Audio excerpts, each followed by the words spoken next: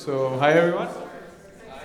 We are delighted to welcome the next speaker for today, who is also an alumni in our IMPRS program, Professor Neva Caliskan. Neva Caliskan is a molecular biologist and geneticist specializing in RNA biology and infection mechanisms. In January 2018, she has led the junior research group Recoding Mechanisms in Infections at the Helmholtz Institute for RNA-based Infection Research in Würzburg, where her work focuses on understanding how RNA recoding impacts infections. In May 2018, she was appointed as a junior professor at the Faculty of Medicine at the University of Würzburg, making significant milestone in an academic career. Since 2024, she has been appointed as a chair in the Department of Biochemistry 3 in the University of Regensburg. Please join me in welcoming Professor Neva Caliskan. Thank you so much for this kind invitation and introduction. It's always a pleasure to be back to my scientific home, Göttingen. And I could never imagine many years back, as I was one of the organizers of the Horizon, that I would one day be at this stage giving the talk myself. So it was great pleasure to coordinate the speakers group.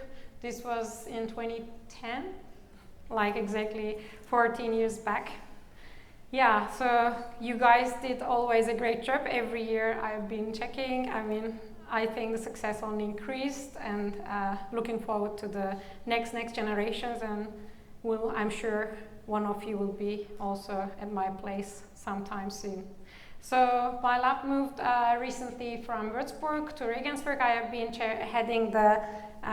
heading a junior group in Würzburg at the Helmholtz Institute for RNA-based Infection Research, and did my PhD here with Marina Rodnina.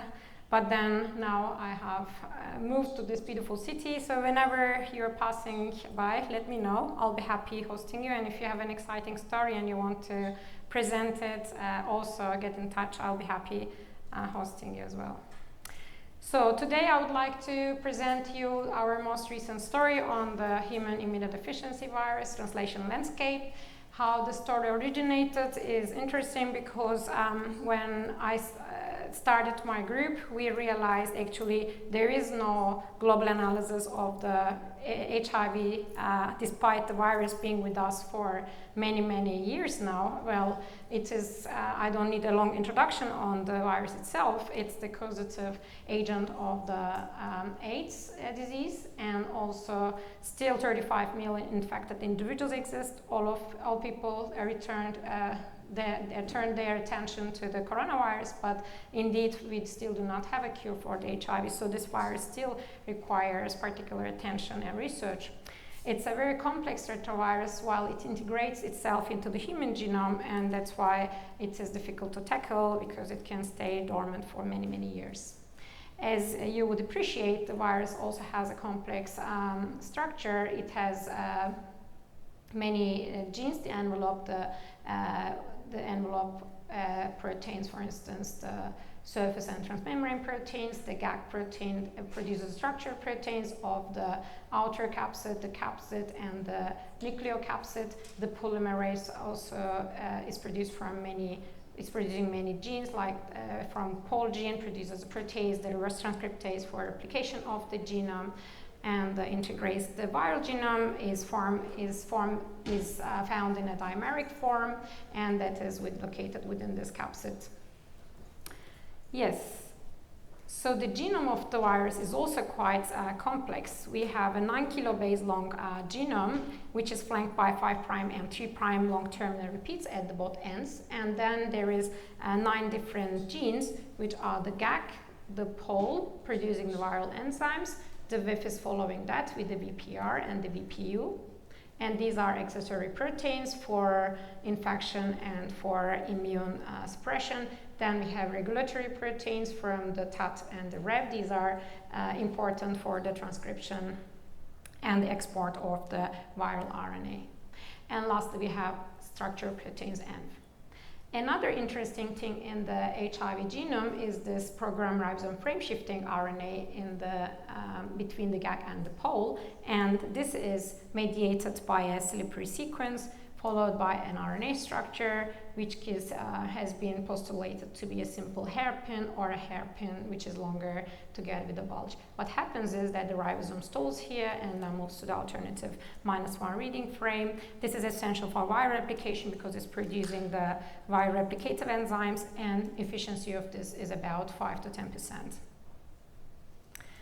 As I said, despite the decades of work on the HIV, unfortunately, we still lack the global view of how the viral genes are expressed and how these events are regulated by different proteins during the infection process. So there has been lots of proteome and proteome analysis. However, since ribosome profiling stands out as a unique way of looking at the ribosomal poses and also the proteins being translated in a time frame, we just wanted to look at it using our tool set. And what we also did was combining that with RNA-seq that will provide us a transcriptome view, and also the diasome-seq that could be used to look at the specific posing signatures. We combined these tools to have a global view of the translational landscape. This study started and has been spearheaded by a very talented PhD student in my group, Anuja Kibe, who did most of the work, 90% of the work herself, and there was a master student, Stefan Bach, who now joined a group of Florian Erhardt in the University of Regensburg. And we used the tool generated by Florian's back a few years back, which allowed us codon resolution analysis of the ribosome profiling data. What we did was we took T cells, sub-T1 and Drucker cells, and then we infected them with the HIV-1 at different time points, 6, 8 hours, 16 hours, or 24 hours. And you would see here genes that have been altered. Basically, now we are having a look at the globally which genes have been only transcriptionally changing. These would be seen here with the log change of the RNA-seq data, and here ribose-seq data. Ribose-seq tells us which genes have been particularly altered at the translational level, and here on this axis you'll see downregulated genes at the transcription level and upregulated genes at the transcription level. What you would immediately see is most of the genes at the first earlier time points of the infection would be upregulated at the translational level. So initial response to the infection is not at the transcription but at the translation level. This is followed by changes at the transcription level, so after 24 hours you see this nice distribution at both transcription and the translational level. Looking specifically at the genes that are altered during the infection, we would see specifically genes important in immune responses being altered, mostly upregulated, and also genes that are important in signal transduction or nucleic acid metabolism have been upregulated. What was very interesting is the fact that at 16 hours and 24 hours, we started to see downregulation of the genes important for translation, elongation, and ribosomal biogenesis. And here, especially some of the ribosomal proteins, large and small subunit ribosomal proteins, were specifically downregulated at 24 hours. This means perhaps there is some sort of ribosome heterogeneity at the infected cells, and this would be requiring further investigation, because that means some genes, not all ribosomal proteins, but specific ribosomal proteins are downregulated upon infection. That might change fidelity of translation, or which genes are being expressed, translated at a certain time points. Looking more specifically at the translation then, since we see most of the disruption of translation processes, we just wanted to look what really changes on the global host translation level. For that, old but interesting analysis style is doing polysome fractionation and analysis of the polysomes. What we did was running the infected cells on a sucrose gradient. We started extracting RNA from different fractions of a sucrose gradient, and we then did qRT-PCR analysis of this specific genes that we were interested in. So first, let's have a look what happens at infected and uninfected cells, basically in the comparison of the polysome versus the ATS tells us a translation efficiency. So you see in the infected cells an overall decrease of the translation efficiency. This means that virus leads to a shutdown of the translation, but it is not a complete shutdown, but somehow a downregulation in infected cells. Here you would appreciate that looking at the ATS, so the monosomes increasing. This means translation initiation is mostly affected, and the amount of the polysomes is decreasing here. So this is the monosome, and then polysomes are increasing, decreasing as well as monosomes are increasing. So most of the cells are stalled at the initiation stage, we think. What then happens is also the HIV genome. We wondered if the HIV genome also observes a similar difference. However, this was not really the case. Basically, the HIV genome is transcribed into a fully spliced, partially spliced, and unspliced variants. So we checked these 3 different variants and observed what then happens to the polysome in the infected cells at different time points. However, we do not really see this global decrease in the polysomes. Even an increase in the amount of polysomes was observed. So this means virus just shut down the host translation. However, its own genome is still being effectively translated, and we do not see this decrease in the amount of the polysomes. In the unspliced HIV, we see this the peak at the lower fractions, and this was probably amount of GAC and the viral RNA protein complexes, not due to the monosomes, because this would appear somewhere here. Well, this was quite interesting that the virus itself can effectively translate itself, and the host genome is not so effectively translated. So we wanted to look what is really happening at the HIV itself. How does the UTRs are different, probably, that viral genome is somehow differently translated compared to the cellular genes. To look at that, we basically stole translation using Harringtonin, which is an initiation inhibitor, and then did this analysis of the peaks of the putative open reading frames of the 5' UTR. The HIV has a significantly long, about 900 nucleotides long 5' UTR that falls into a very complex structure. And there has been many groups suggesting there could be initiation events, or somehow some peptides might be produced from this 5' UTR. So to look at that, we analyzed especially this 5' UTR, and what we observed was many non-canonical initiation events. So here, these peaks mean ribosome particularly stalls at these positions, and these are actually non-canonical initiation codons like the GUG, UUG, and CUGs. And that is here the canonical GAG, the first gene of the HIV is the GAG. So here's the canonical AUG start codon of the HIV. However, you see this number of genes, number of start sites that might produce actually some putative proteins with unknown functions. These proteins can be then most likely be represented on cell surfaces for immunomodulation. That still requires more investigation. However, our price definitely could say that these peptides are being, the ribosomes really stall in these positions. These can also be futile initiation events that will simply prevent the virus being translated when it is not needed. So it can be also that these ribosomes just having this futile initiation events, producing the short peptides that are used for some other purposes, or maybe they are functional proteins that we do not know. What we found very interesting and exciting was also hitherto unknown internal open reading frames of HIV within the pol and the VIF genes. These were present in the +1 reading frame, -1, and the +1 reading frames. For the VIF, and for the pol, it's the -1 frame. We were surprised to see just few codons after this splice site, after this initiation site. We do have a splice site, actually, D2 or D3 splice site. This means these proteins are probably producing alternative peptides with other functions.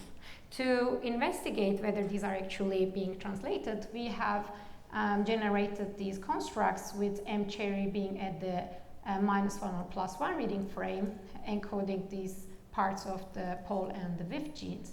And then we did reporter analysis using M-cherry as a signal readout. And our reporter assays for the VIF here presented show 25% efficient translation of the VIF open reading frame, alternative open reading frame. So this IORF probably has some interesting function, but again, it will be requiring further investigation, but at least for the pole and also for the VIF, there has been some reports suggesting there could be interesting news. So this is probably a novel gene with so far unknown function. We also verified their existence using nanopore sequencing. Long-read nanopore sequencing nowadays allows us to sequence the whole transcriptome, and this allowed us then to tell which splice variant these genes are being translated from. And we found these unique splice isoforms. And also the peptides could be detected using mass spectrometry. So we are really interested to find out if they have any function during infections. We also look at stalling events at the frameshift site because, as I mentioned, these slippery nucleotides stimulate ribosome shift into the alternative -1 reading frame on the HIV that allows the translation of the pole gene.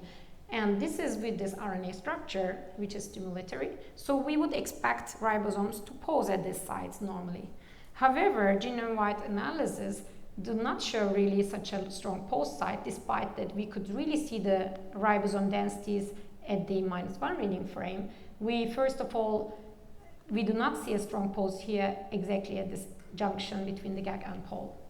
I will show you more detailed view of this in the next slide. However, another interesting thing was there are also some recent reports on different viruses suggesting frame shifting efficiencies can be regulated in time, and this is also not existing for the HIV because it probably relies on this strict golden ratio of frame shifting for its expression.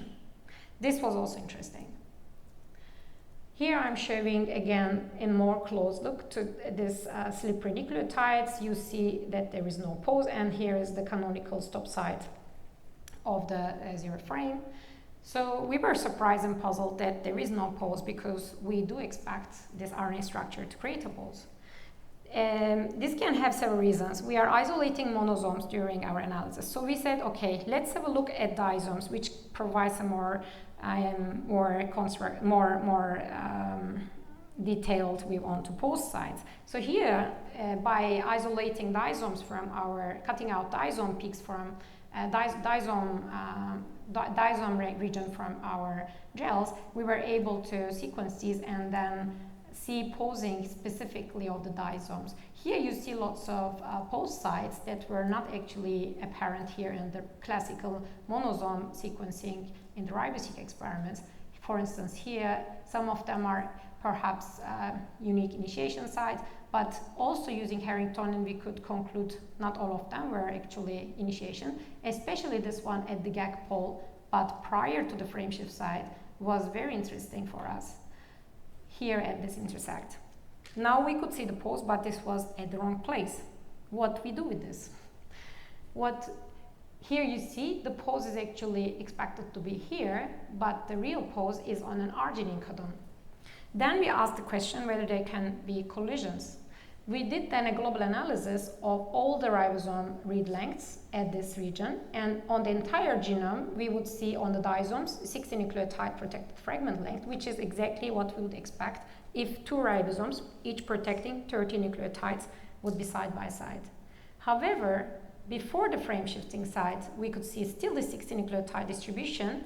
However, at the frame shift site, exactly at here, we do see a shoulder that is shorter in length. And this is happening if you have a collision event, because a ribosome would be slightly twisted and the other one would be formed maybe in the canonical classical state. And then we would have this unusual read length distribution. And this indicates there is potentially a collision at the frame shifting site that might lead to a drop off of the ribosomes. Then we asked the question whether this can be mediated by an RNA structure. Because, as I say, the 5' UTR has some structure, but also the HIV has a structure, and usually structure can lead to such a pose. Maybe the larger sequence can be forming the fold, not just the short hairpin as we expected in the canonical frameshift site. To address this, we collaborated with my colleague Redmond Smith, who performed dimethyl sulfoxide chemical probing in HIV-infected cells. So directly we take the infected cells and we are treating it with a chemical that reacts with the nucleobases, and then we could see reactivity profiles. The nucleotides that are reactive would be not base pairing. However, the nucleotides that are protected in some RNA structure would be non-reactive. With this, we could come up with such a structure that this is the canonical hairpin. However, the RNA seems to fold into a much more complex structure than what is initially suggested. And this was interesting because here there is a large bulge. Here is our slippery sequence that is protected with the 5' end of this RNA. Probably this hairpin otherwise would fold into different ways, and maybe it would not be present during translation, so that the virus actually protects the structure by this additional stem formation. What we then see and we're surprised is that this arginine is actually placed exactly here at the base. Now our pose makes sense. The arginine causing the pose makes total sense because he has this complex structure. We then ask whether we can disrupt the structure to get a better view of the pose, whether it's really the structure, and we generated for that antisense oligonucleotides base pairing with the 5' end of this RNA structure, and all of a sudden we could see a decrease in the frame shifting efficiency from by 20%. So normally this efficiency of frame shifting is about 10%, let's say, so there's a slight decrease. And what we also found out was there is an additional slippery sequence right here, right after the arginine. There is 2 lysine codons, and these lysine codons resembled a slippery sequence to me. So we also mutated those sequences, and we could still also observe a decrease in frame shifting. So this means they have an additive effect, and perhaps if the first slippery nucleotides are mutated somehow within the virus and during the high mutagenesis, due to the high mutagenesis rate, still another slippery sequence would be active. So we also try cutting out the whole extension, and this also led to a decrease in the whole efficiency of the frame shifting, which suggests now there's an additional regulatory mechanism beyond this short hairpin for the regulation of the pole expression. What I just said was also the collision, and the collision and drop-off would lead to GAC variants that were also long postulated by other groups but could have never been shown really, and now this frame shift event can actually be responsible for this drop-off and the GAC variants production. To do a more detailed analysis, currently my lab is performing single molecule analysis of this RNA, and what we see is the different variants of this long and the short hairpins. I will show you preliminary data from this analysis performed by Orion Gilmer, who unfortunately now finished his postdoctoral study. So he has shown that the RNA, the long RNA, the extended fold, is actually forming these alternative structures and a stable structure, which is probably due to the presence of this hairpin part. And alone, this RNA would be folding into only, if you take this in isolation, it only forms this high stable intermediate. This means the extension actually unfolds. So this is indicative of the presence of the complex structure. And very preliminary data from him also indicate we can actually target this with antisense oligonucleotides. If we target this hairpin, the canonical hairpin, we would be seeing, so this now on the probability distribution, you see this high force intermediate is completely gone. So we can, the large extended structure really does protect the fold, and if we use antisense oligonucleotides, we can disrupt the structure. This now gives us the hope that we can actually tackle these viral RNA structures using antisense oligonucleotides. Previously using coronavirus RNA, we have performed similar experiments, and we can really tackle the RNA structures if we do this detailed analysis using dynamic single molecule imaging and analysis using force and fluorescence. With this, I would just like to conclude here. Basically, what we have seen was that the initial host response to infection is translationally regulated, and initial response is downregulation of the ribosome-related, translation-related genes, we see that the HIV mRNA is way more efficiently translated than the host RNAs, and this is because the initiation is affected and different 5' UTR contexts and probably these alternative non-AUG translation events of the HIV probably is responsible for effective viral translation, and this can be important for antiviral targeting. What we also found was an alternative fold at the HIV frame-shifting RNA, and that can affect actually the canonical structure itself. And we also found unique IORFs, unique GAG pole stalling events, and this can lead to new viral variants. With that, I would like to stop here and thank my team members. This is Maya and Redmond's group together. He is Redmond and his team members. This is one of the most complete picture of the Remilab before it is launched now, with the people who were involved in this story. So Florian and Stefan for the price analysis, for the structure probing, and Patrick and Sophie and Redmond were involved, and LCMS analysis was done by the RVZ proteomics facility. And I thank our funders, IASI and the Helmholtz Institute, and thank you for your attention.